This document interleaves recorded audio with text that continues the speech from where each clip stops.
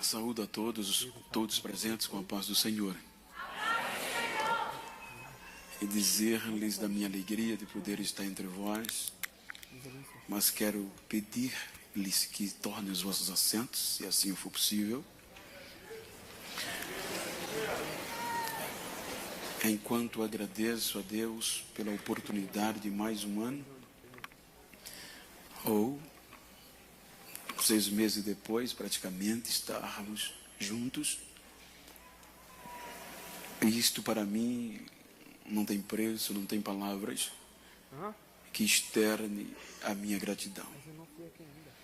É o meu amigo, pastor Samuel, a sua muito digna esposa, pastora Ana Meire, e seus filhos, este coeso ministério, esta igreja, a qual amo, sem demagogia nenhuma, mas o privilégio de poder estar mais uma vez entre vós, sabendo que não tenho merecimentos. Registro a minha gratidão ao irmão Edson pelo carisma, a receptividade, ao Tiago, que me receberam de uma forma excepcional, com tanto cuidado e carinho, que Deus recompense-os ricamente. Queridos, trata-se de um trabalho longo, de um trabalho motivacional, que é o Julho da Renovação. E quero dizer-lhes que nós, como seres humanos, que somos tão passivos e sabemos que só se renova, só se precisa ser renovado o que foi deteriorado, que já não é mais como no começo. E nós sabemos que palmilhando, e sobretudo nós, que labutamos no mundo espiritual, lutando contra as potestades do mal, e queira quer não, a gente sabe que um dia após o outro já nos causa ferimentos. Imagina meses após meses, anos após anos. Então, por isso que veio ao meu coração uma palavra de renovação, porque, por certo, precisamos de renovação, porque as circunstâncias, o contexto que nós vivemos, eles tentam de tudo para nos afastar desta comunhão e roubar a nossa esperança. Então eu quero ler um texto muito conhecido, uma história, mas é o que eu estou sentindo de Deus há alguns dias, para esta noite. Os irmãos já sabem de qual é salteado, através dos louvores e das ministrações. Quero convidá-los ao livro de Jó, capítulo 2. Tem 2 versículos, qual eu quero tomar base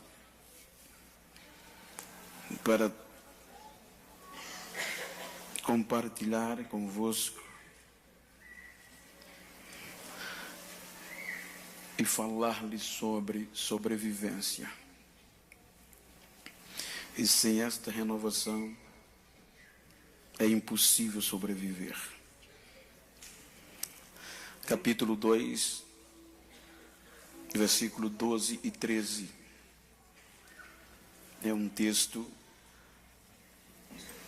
que diz: E levantando de longe os olhos, e não o conhecendo, levantaram a voz e choraram, e rasgando cada um o seu manto, sobre a cabeça lançaram o pó ao ar.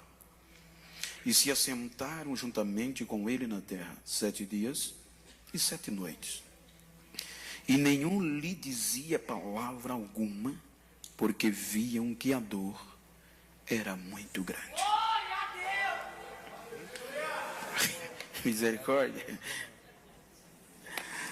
Queridos, antes de discorrer, eu quero agradecer a Deus pelo privilégio de mais uma oportunidade, rever filhos na fé, filhos no coração, melhor dizendo, porque desde os 5 anos que eu tive o prazer de conhecer a Cláudia e o Cláudio, e agora sou um digno esposo, para mim é muito bom estar convosco.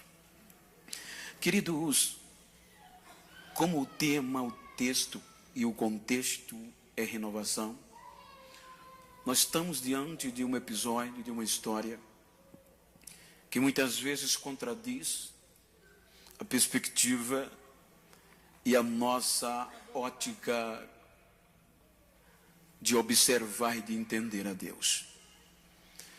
Se nós observarmos o texto e todo o contexto histórico, o que me chamou a atenção é que o escritor desta história, ele a dividiu em 42 capítulos. 42 capítulos, e com base em algumas versões, sobretudo a corrigida Almeida, revista e corrigida, a que eu estou em mão, estes 42 capítulos são distribuídos em 1130 versículos. Nestes 1130 versículos, o escritor reserva para descrever uma história de empreendimentos, de perseverança e de renovação. Se os irmãos observarem o contexto e tudo isto que eu vim falando, o que me parei para observar é que dentre estes 1130 versículos, apenas 5 versículos iniciais, o escritor reserva para descrever, para enaltecer o homem. Se os irmãos observarem, esses 5 versículos, ele representa um percentual de 0,44% do total, quase que irrisório. Este percentual é muito baixo, mas é dentro deste 0,44% da história em versículos que o escritor reserva para mostrar a que ponto este homem chegou. Os irmãos hão de convir que o início da história começa mostrando o poder empreendedor, o poder do capital, começa mostrando o poder social, o poder moral que este homem adquiriu. A Bíblia mostra que este contexto traz esperança para nós continuarmos vivendo. Se nós observarmos, o texto começa mostrando que este homem viveu em uma época difícil de se destacar, uma época de uma cultura fechada, de uma cultura exigente, a ponto que poucos conseguiam destacar-se em um contexto econômico e, sobretudo, social, porque viviam com reciprocidade de regras e de comportamento. A Bíblia mostra que no meio desta avalanche e de dificuldade de empreendimento, este homem consegue destacar em meio a esta exigência, a ponto que o escritor o coloca como o maior do Oriente no contexto econômico, ou o mais rico.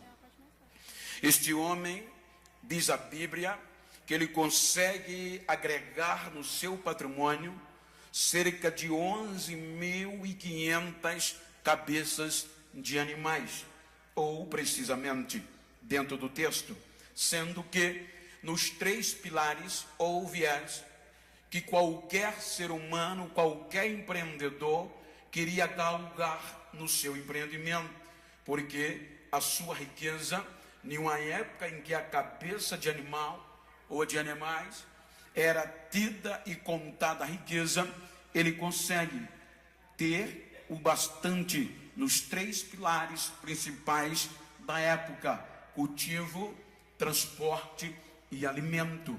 Estes animais eram divididos nestes 3 segmentos econômicos ou produtivo. Ele tinha animais para cultivo da terra, ele tinha animais para transporte que gerava lucro e também tinha animais para venda ou o próprio alimento.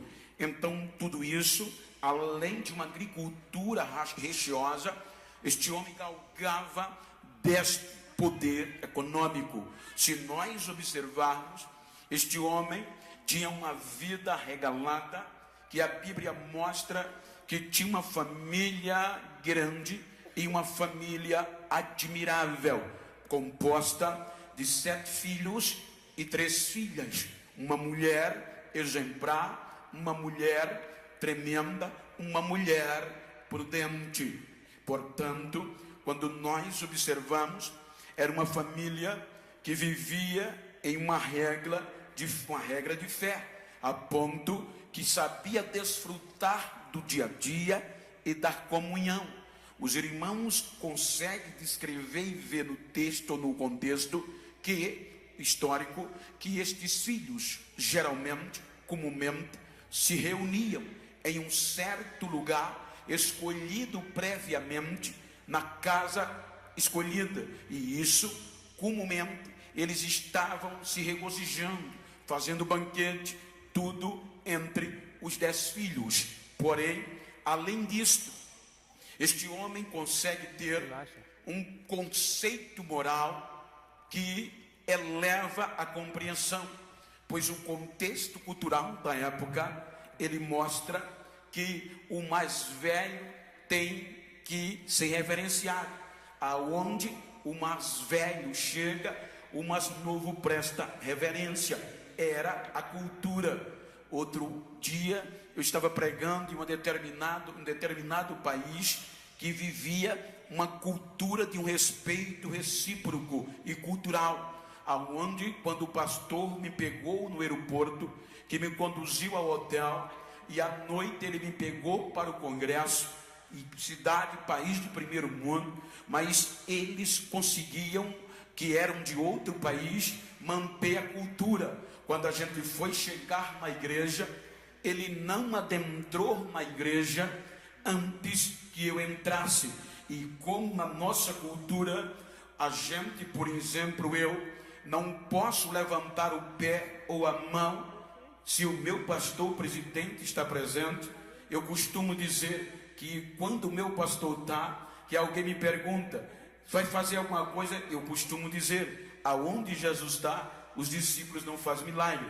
Então eu me aquieto, eu não consigo andar um passo na frente dele. É a nossa cultura, o respeito é pela posição, mas aqui não, era pela idade.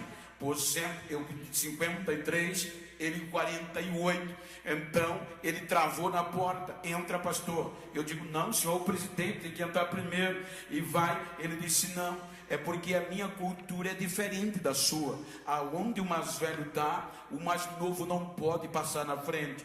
Ele não sentou para comer enquanto eu não sentei. Então o respeito era pela idade, mas Jó, num contexto cultural semelhante, ele conseguiu galgar um poder, um conceito moral tão elevado, que a Bíblia diz que os mais velhos, quando ele chegava na cidade, os mais velhos o reverenciavam, o prestava continência. Porém, os mais jovens o aplaudiam, a própria criança o respeitava. Era um homem que galgou um patamar que poucos conseguiam na época, e até hoje poucos conseguiriam. Então este homem vivia regaladamente em todos os âmbitos, ou seja, no âmbito social, este homem conseguia, com todo este apoio capital, ele ainda atuava no contexto social. A Bíblia diz que ele ajudava os mais fracos, ele cobria o que tinha frio, ele dava comida ao faminto e levantava os que tropeçavam. Era um homem que vivia um contexto totalmente íntegro, justo na terra e diante dos céus. Porém, são só 5 versículos que o exalta, porque quando a gente chega no capítulo 6, é quando a Bíblia diz que houve uma reunião nos céus. É quando o Satanás se apresenta a Deus e Deus lhe questiona: vês de onde? Ele automaticamente responde: da terra, de andar, de passear por ela.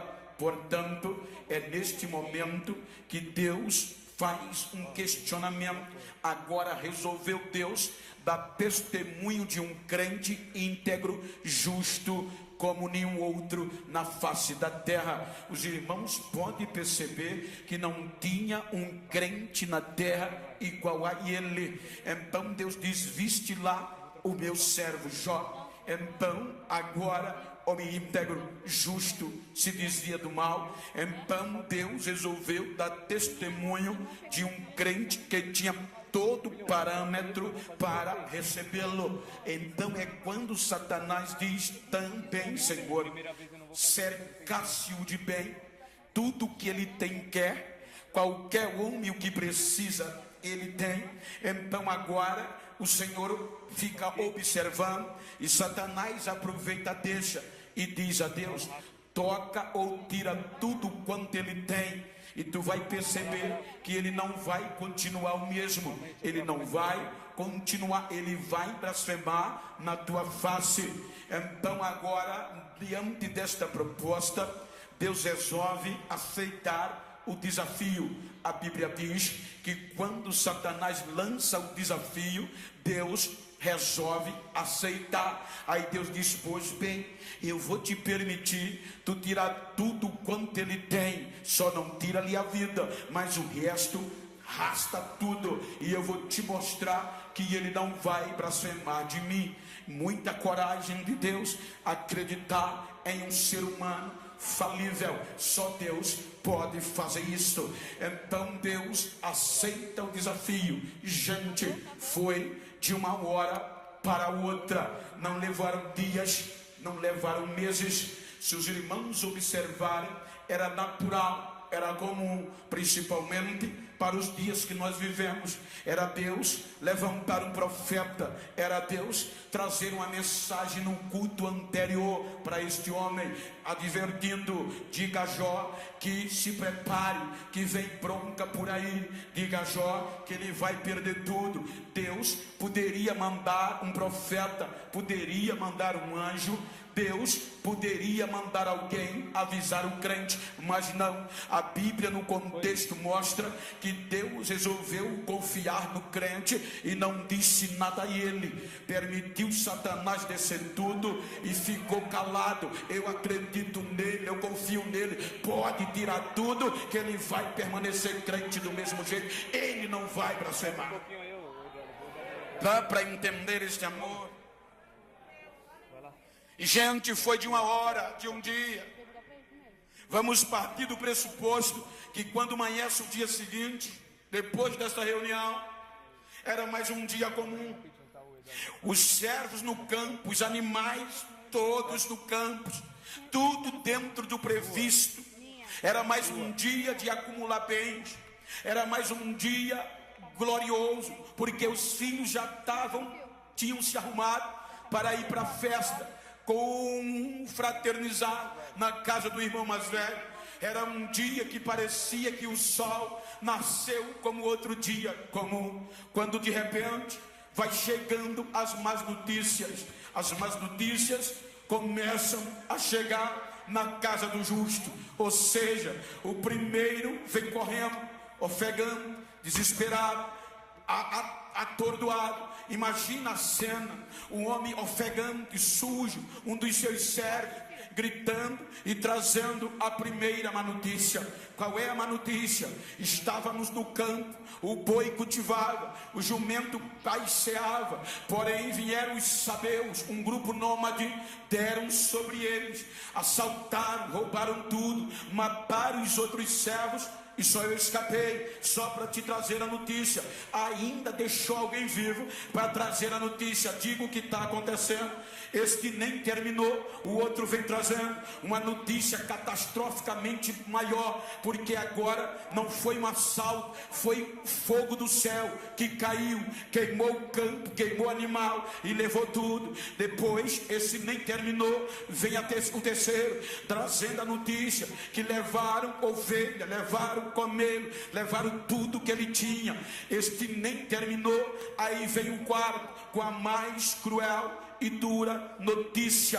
Agora imagina, estavam os teus 10 filhos na casa do filho mais velho, se confraternizando. De repente veio um vento do deserto, bateu na casa, a casa caiu e matou os 10, ou seja, os 10 filhos pereceram de uma vez. É aqui que a Bíblia diz que a dor foi tão grande que ele ficou atordoado, rasgou as vestes em sinal de angústia, rapa a cabeça em sinal de humilhação e se joga no chão em pranto, em grito, em dor, e Deus em silêncio. No meio da dor, no meio dos gritos, dá para observar que o inferno se reuniu, já pronto para comemorar. Ele vai blasfemar, ele não vai suportar, ele está sendo deteriorado, mas enquanto ele embolava no chão, enquanto ele gritava, Satanás esperava a blasfêmia. É quando ele abre a boca e diz: nu eu saí do ventre da minha mãe, e nu eu tornarei para lá.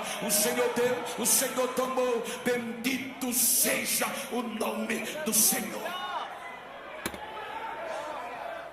Até aqui tudo bem. O inferno decepciona, o homem é crente. É o primeiro capítulo.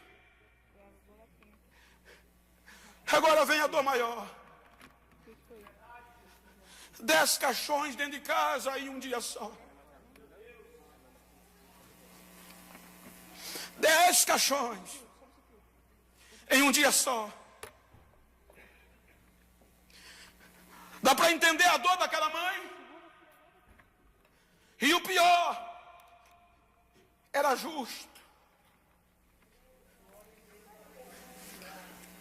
E Deus se cala.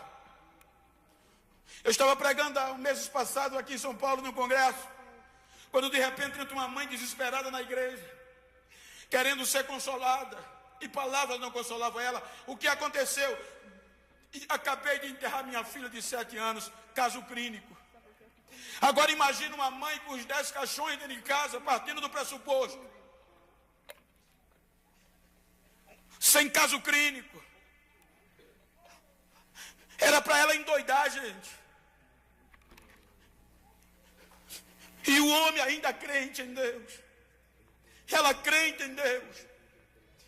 E o pior, que não foi profeta consolar, não tinha pastor para consolar, e o silêncio de Deus era que falava.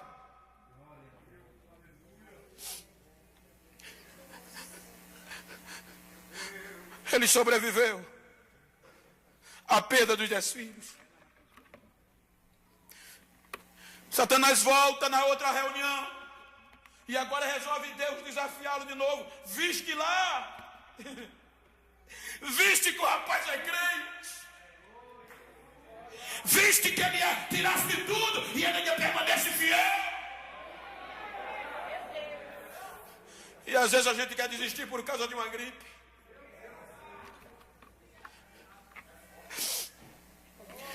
Aí Satanás diz, pele por pele, com a saúde que ele tem,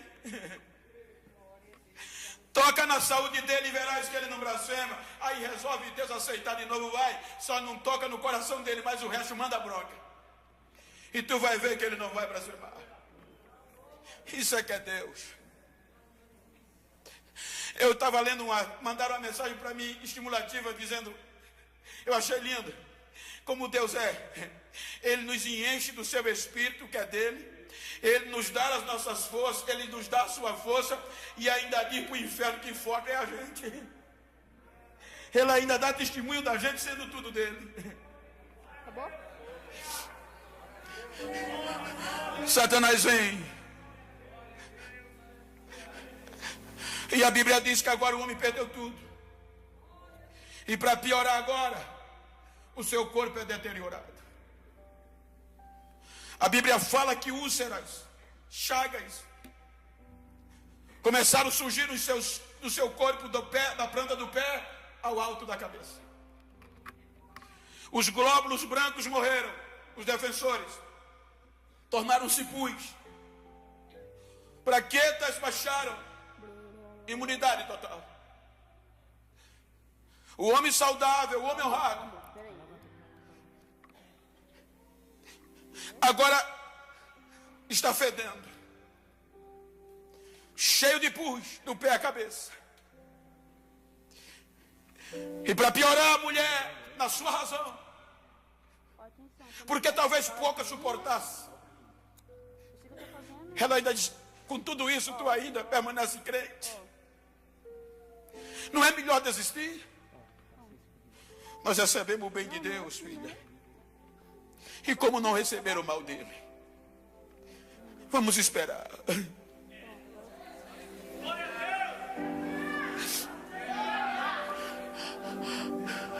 O homem não podia mais dormir em casa. As feridas não permitiam ele dormir em casa. Agora só sobra um monte de cinzas, talvez no quintal ou na área da frente. A notícia se espalha e vai longe. Porque as más notícias, gente, correm mais rápido que as boas. Diga para quem está ao seu lado: está preparado para quando as más notícias chegarem? O que eu acho lindo é que o salmista, posteriormente à história, ele no Salmo 112, salvo engano, ele vai descrevendo a alegria de servir a Deus. E ele vai chegando no Salmo 112 e ele diz que o justo, ele não se abala com as más notícias ou com os maus humores. Por quê? Ele diz: porque o justo confia em Deus e o seu coração está firme e confiante nele. Ele diz: porque Deus não desampara o justo, porque o Deus coloca o justo como memorial diante dele. Deus não coloca o justo como museu, é como memorial, está lembrando todo dia, toda hora. Então o justo não tem a má notícia, porque elas não vêm sozinhas. O justo sabe, quando as más notícias chegam, elas não vêm sozinhas. O que é que ela traz, pastor? As boas vêm logo atrás. As boas vêm logo atrás. Ela sempre traz as boas notícias depois. Por isso que o justo não se abala. Não toque quem está ao teu lado, diga: prepara-te para as boas notícias também. Os amigos chegaram, souberam da notícia e eram amigos. Estes eram amigos ricos, talvez vieram antes, com certeza, e banquetearam juntos. Agora a notícia chegou: Jó perdeu tudo e está doente. Mas os amigos não mensuraram o tamanho da causa e partiram para visitar o amigo. A Bíblia diz que nem precisaram chegar e nem bater na porta, porque quando chegaram longe, que levantaram os olhos, viram um amigo deitado num monte de cinza, cheio de feridas. A Bíblia diz que esses amigos se condoeram-se tanto que rasgaram o manto ainda longe, rasgaram o manto e começaram a jogar areia para cima, porque não suportava entender. A dor foi tão grande que a Bíblia diz que quando eles chegaram perto, que olharam, não tiveram coragem de abrir a boca, colocaram o joelho no chão com a boca fechada. Agora imagina se não eram amigos. 7 dias, 7 noites orando, a cinza com um amigo, porque a dor era muito grande. Estes eram amigos. Tem como você perguntar para quem está ao seu lado: quer ser meu amigo assim? Diga: para ver minhas feridas. Para mim causar ferida já tem muitos. Eu quero amigos que me ajudem a renovar. É isso que a gente precisa. De amigos verdadeiros. De amigos verdadeiros. A Bíblia diz, termina o capítulo 2. E Deus sai da história. Você não vê Deus mais falando. Ele sai do capítulo 2. E depois de 7 dias começa o capítulo 3, no contexto histórico. Quando começa o capítulo 3, já não é mais o mesmo do começo. Veja que Jó já começa a lamentar. Ele já começa a dizer: maldito o dia que eu nasci. Transforme-se ele em trevas e Deus não se lembre dele. Ele começa a amaldiçoar o dia que nasceu, porque as feridas lhe causavam dores. Os amigos já não suportando, espera tempo então. E Deus em silêncio. Então disseram: está acontecendo alguma coisa errada. Está acontecendo algo. Tem alguma coisa que tu cometeu que ofendeu a ele. Porque, gente, amigo. Mas no silêncio de Deus é difícil continuar como chegou. Faz uma retrospectiva. Vê se tu não errou em algum ponto.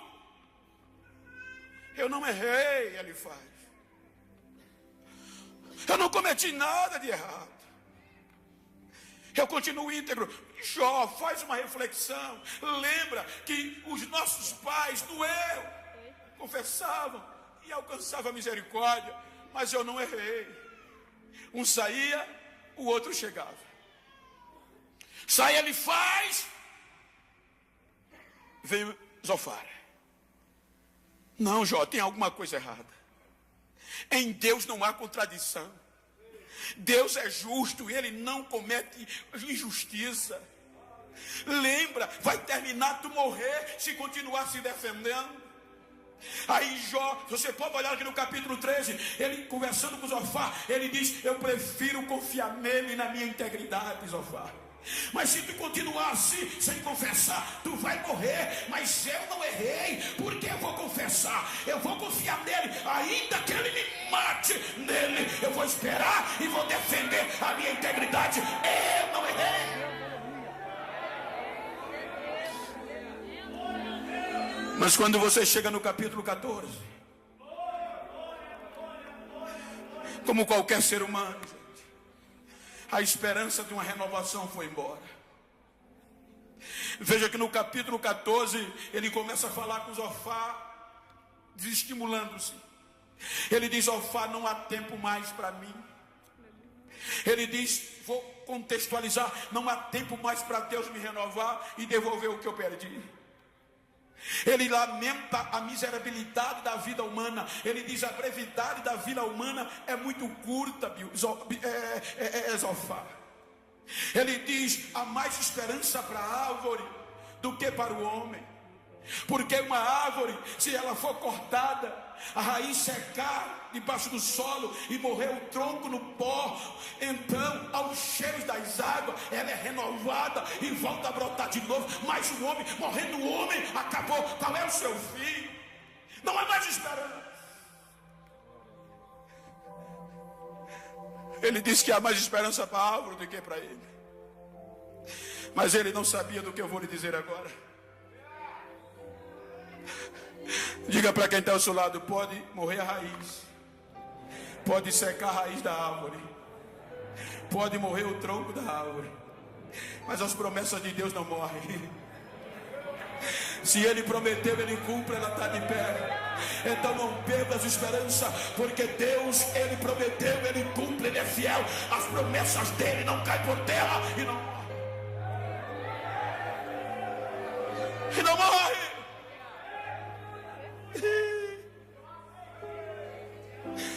Passa o tempo,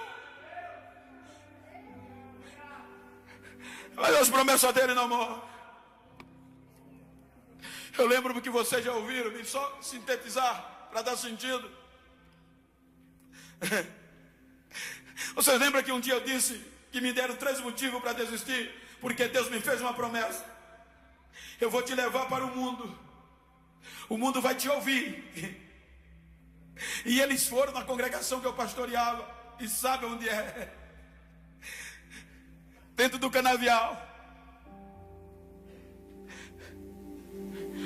E depois daquele culto, quando aqueles meus amigos me disseram: olha, tu tem muitos defeitos, pobre, preto, analfabeto, é melhor parar agora, Beto, porque aquele pregador está doido, ele errou. Não é possível, Deus nunca vai fazer isso. Isso foi em 94, gente. E Deus nunca deixou eu desistir. Eu queria desistir naquele dia, porque eu achei que eles tinham razão, mas Deus não deixou. Mas quando foi em 95, eles já olhavam para mim diferente, porque eu ainda continuava lá. 96, pior. Quando deu 98, me diziam: eu não te falei? Como é que tu vai lá para outro país? 2000, quando eu chegava na igreja, já olhava para mim: o Internacional chegou, zoando. Ô Internacional, o banheiro está sujo da igreja. Sabe o que eles me davam? O rodo e o paninho e a esponja. E eu ia para lá limpar o vaso. Eu não disse que era melhor desistir. 2005, já me chamavam: ô Internacional, zoando. Olha o xixi da criança, a criança está chorando, manda o Internacional. E quantos xixi de criança eu não limpava? Quantas crianças eu não carregava no colo para a mãe cultuar? O porteiro não veio, quem vai? 2008, e Deus calado. 2009, o telefone toca: alô, aqui é o seu pastor presidente. Dentro da cana eu estava: você vai pregar nas nossas convenções, prepara a mensagem. Mas como é que ele soube o meu nome? O pastor presidente, a gente não tinha acesso. Aí foram, quando o cartaz saiu, a programação, foram: por que aquele nego vai pregar? Ele tem história, vai perguntar a Deus, ele tem história aí.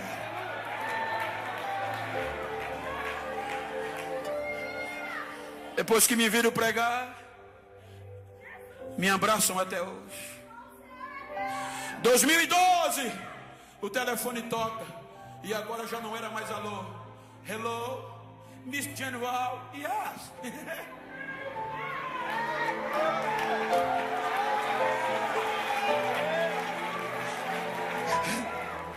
Ela não morre, gente.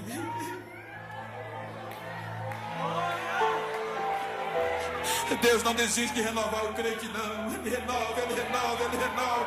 Pode causar ferida, mas ele sara, ele sara.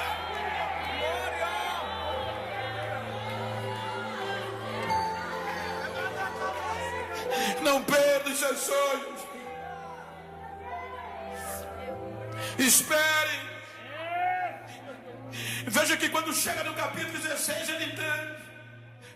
E ele diz: sim, eu estou gritando, mas a minha dor não cessa. Calando-me eu, qual será o meu alívio? Ele estava dizendo na nossa linguagem: eu estou orando e não estou sendo ouvido. Eu estou gritando e ele não responde. Mas eu não posso me calar, porque se eu me calar, a minha esperança se acaba. Se eu me calar, se eu desistir, o meu alívio não vem. Eu vou continuar, eu não vou desistir, eu vou continuar.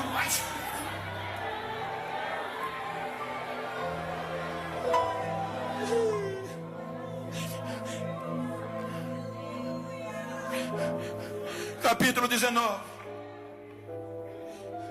é o mais triste e dolorido de todos os capítulos da história, e o mais vitorioso.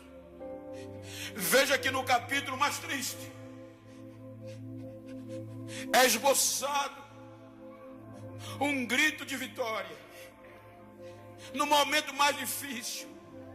Veja que quando começa o capítulo 19, ele estava conversando com humildade, um dos amigos. E é aqui que ele, no capítulo 19, ele diz para os seus amigos: até quando vocês vão me molestar? Por 10 vezes vocês já me fizeram vergonha. Oh, meus amigos, olha a dor, compadeçam-se de mim, meus amigos, dizia ele. Vocês não estão vendo que Deus me cercou, Ele entrincheirou o meu caminho, me quebrou de todos os lados, e eu não sei por que Ele fez isso. Ele diz: meus amigos, os meus parentes me deixaram, os meus amigos do mais íntimo conselho não me visitam, a minha criada, que ontem me honrava, virou a costa para mim e me tratou como um estrangeiro. O meu servo, que nem precisava eu chamar e ele vinha, agora eu chamo e ele não vem. As crianças zombam de mim na rua, a minha pele grudou no meu osso, a minha carne também. Eu só escapei com a pele do dente, humildade. Do que era normal no começo, gente, da história. Sabe o que ele tinha igual? Só a pele do dente, o resto estava tudo deteriorado, mas ainda tinha a pele do dente. Então dá um sorriso para esse crente que está do teu lado, está vendo? Ele quer desistir, dá um sorriso para ele. Você que chegou triste, se tiver alguém íntimo, dá um sorriso para ela do teu lado e diga para ela: ainda tem um dente branco, ainda tem dente na boca. Se tiver pele no dente, ainda tem esperança. Se tiver pele no dente, vai sobreviver. Se tiver pele no dente, ainda pode ser renovado.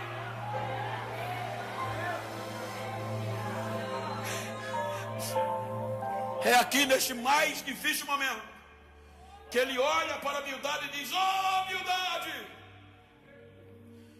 Quando tudo parecia o fim. Oh, humildade! Como eu queria que se escrevesse o que eu vou te dizer agora. Mas escrever o que, Jó? Só está com a pele do dente. Eu queria que com pena de ferro e tinta de chumbo escrevesse o que eu vou falar agora numa rocha. Mas nessa situação, qual é a tua esperança? Ele enche o peito e grita: eu sei que o meu Redentor vive e por fim se levantará e eu verei ainda na minha cara. Diga para quem está ao seu lado: eu vou sobreviver.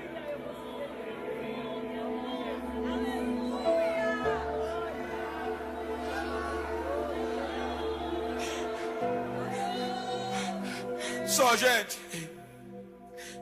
que Deus ainda não responde. Capítulo 20 continua pior. Capítulo 30 continua pior. Capítulo 37, do capítulo 2 para o capítulo 37, são 35 versículos de silêncio. O que é que o Senhor quer dizer? É que tem muita gente que quer que as coisas aconteçam logo no primeiro capítulo. O primeiro capítulo é bom, gente, que vai dizer quem tu é, mas só representa menos de 0,5% da história. É por isso que muitas das nossas gerações estão desistindo. É por isso que muito da minha geração está parando, porque já não espera mais o silêncio de Deus. Se Deus não me responde, se Deus está tardando, eu vazo. Não, não é assim. Diga para quem está ao seu lado, pregue comigo, diga para ele: tem mais 35 capítulos pela frente, meu filho.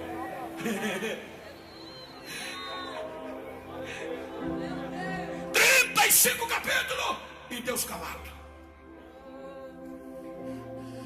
Aí vem o capítulo 38. Quando o capítulo 38 chega, aí Deus resolve responder. Quando a história já estava declinando para o final. Quando tudo parecia que o fim era aquele. E Deus vem no capítulo 38, mostrando ao amigo a sua grandeza e o seu poder. Aí Deus diz a ele: Jó, no meio de um redemoinho, cinge os teus lombos, que agora eu vou mostrar a você quem sou eu. Do capítulo 3 para o capítulo 38, Jó vai cerca de 17 pergunta a Deus, e Deus não lhe responde. Por que tu me entristeceu? Por que descarregaste tua mão contra mim? Por quê? Por quê? Por quê? E Deus não responde. Agora Deus chega e diz: você me perguntou, e eu, antes de te responder, eu vou te perguntar. E se você tem inteligência, você vai me dizer o que eu vou te perguntar. Se você me conhece e sabe quem eu sou, você vai dizer: prepara os teus lombos.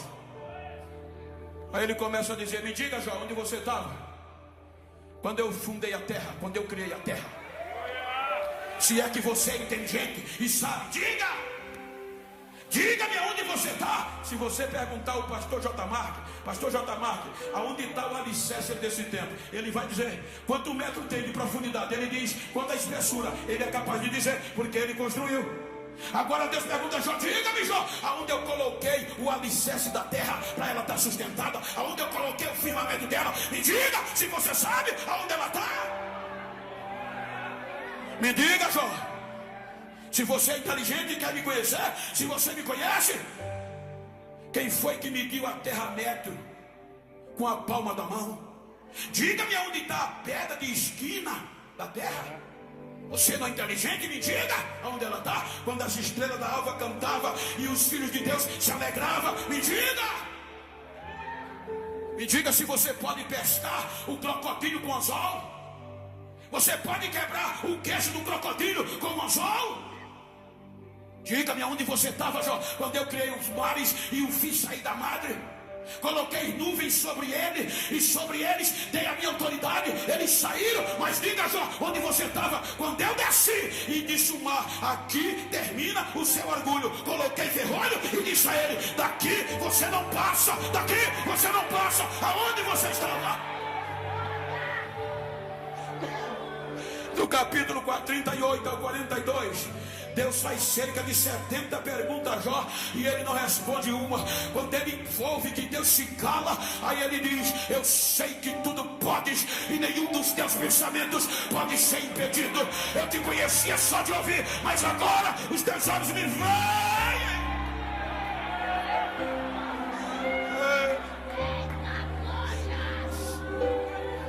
Eu me abomino nas cinzas. O capítulo 42 chegou. E sabe o que eu acho lindo aqui?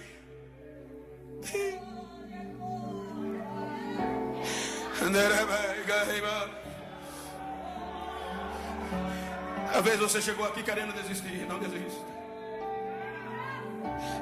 Só em você olhar para mim dá para ver que não pode parar. Que Deus ainda é Deus.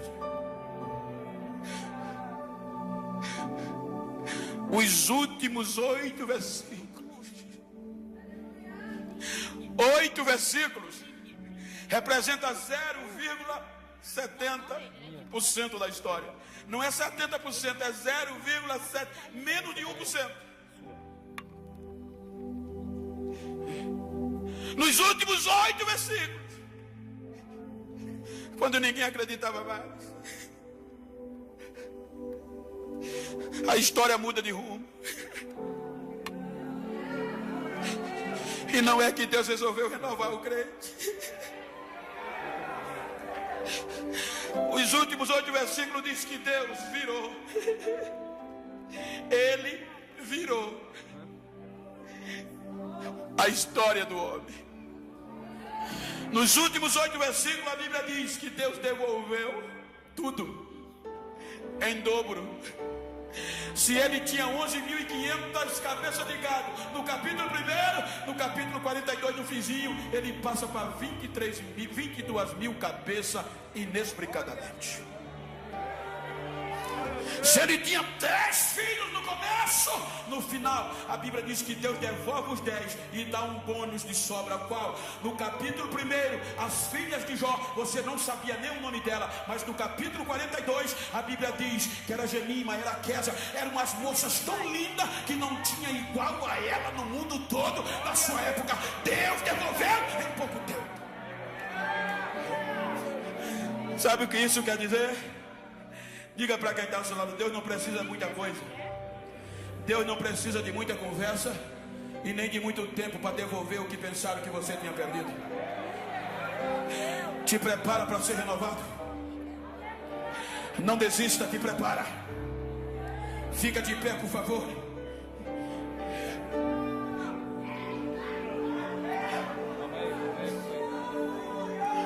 É o junho da renovação.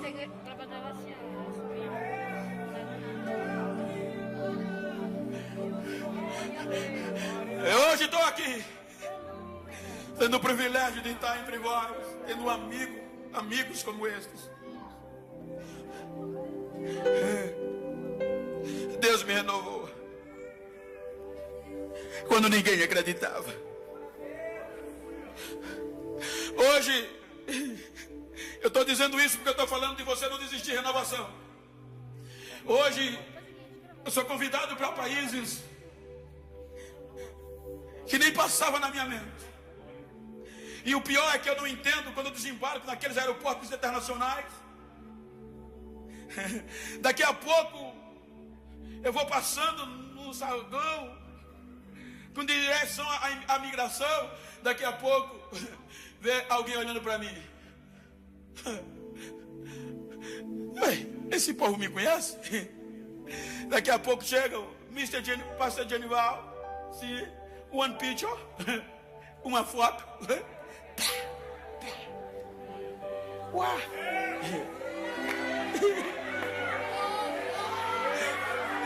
Um dia desse eu fui para a Irlanda e fui passando na imigração. Quando eu fui na imigração, que a agente imigratória pegou o meu passaporte, fez algumas perguntas. E eu, que eu não sei o inglês, Kuma. Aí ela leu a carta e foi na internet. Quando ele leu a internet, aí viu a cara do neguinho, deu um sorriso e nem perguntou mais nada. Prá. Chega nos congressos, gente. Eu estou dizendo para você da glória. Tem 3 obreiros bem gravatados, com um Volvo ou uma BMW, abre a porta de trás. E o neguinho bota a cabecinha para cima, não quer nem saber se foi pobre.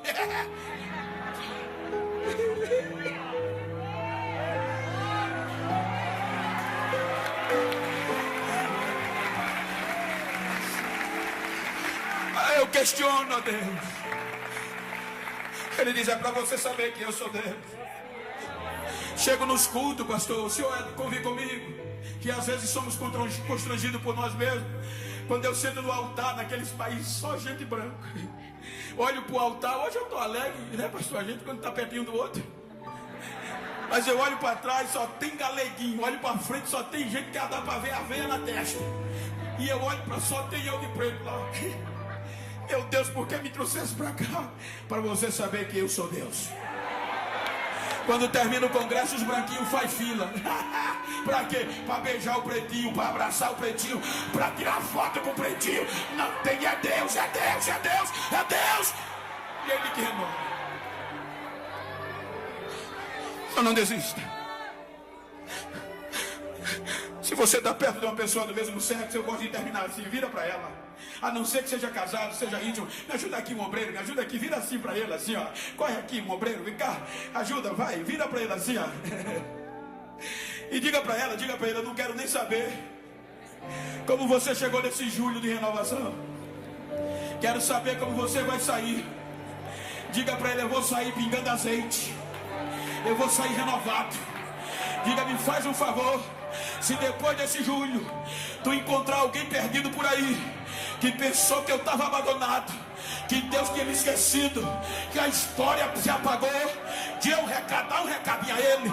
Diga a ele que a casa dele caiu, porque neste julho eu vou ser renovado. Eu não vou desistir, eu vou continuar. Abraça ele, diga a Deus é quem faz a minha história. Abraça ele.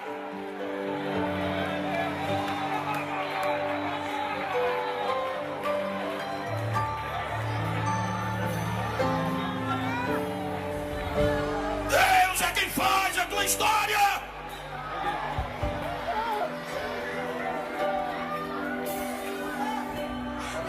Deus é quem faz a tua história.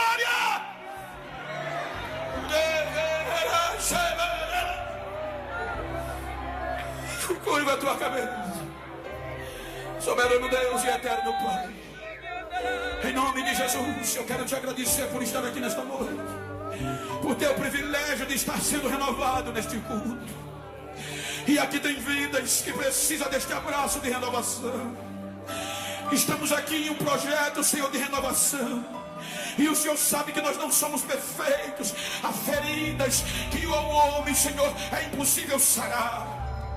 A história, Senhor, que ao homem é impossível restaurar.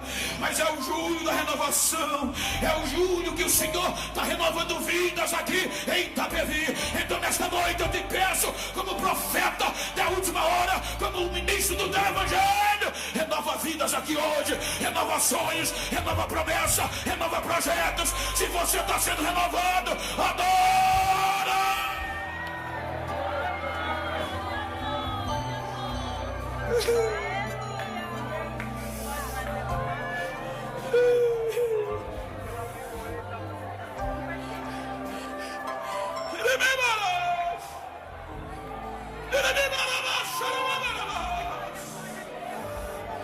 Eu estou sentindo uma coisa tão boa aqui.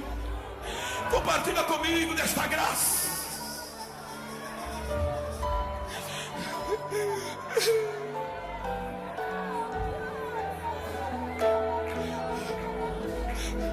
Cadê você que cantava e as crises te fizeram parar? Cadê você que pregava e a história te fez parar? Cadê você que adorava, mas te fizeram desistir? Cadê você? Cadê você? Cadê você que se afastou? Cadê você que precisa se reconciliar?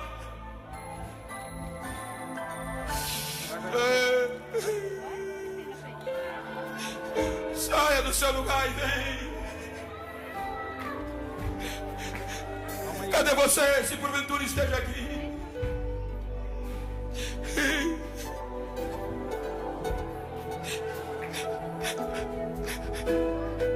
O homem apodreceu,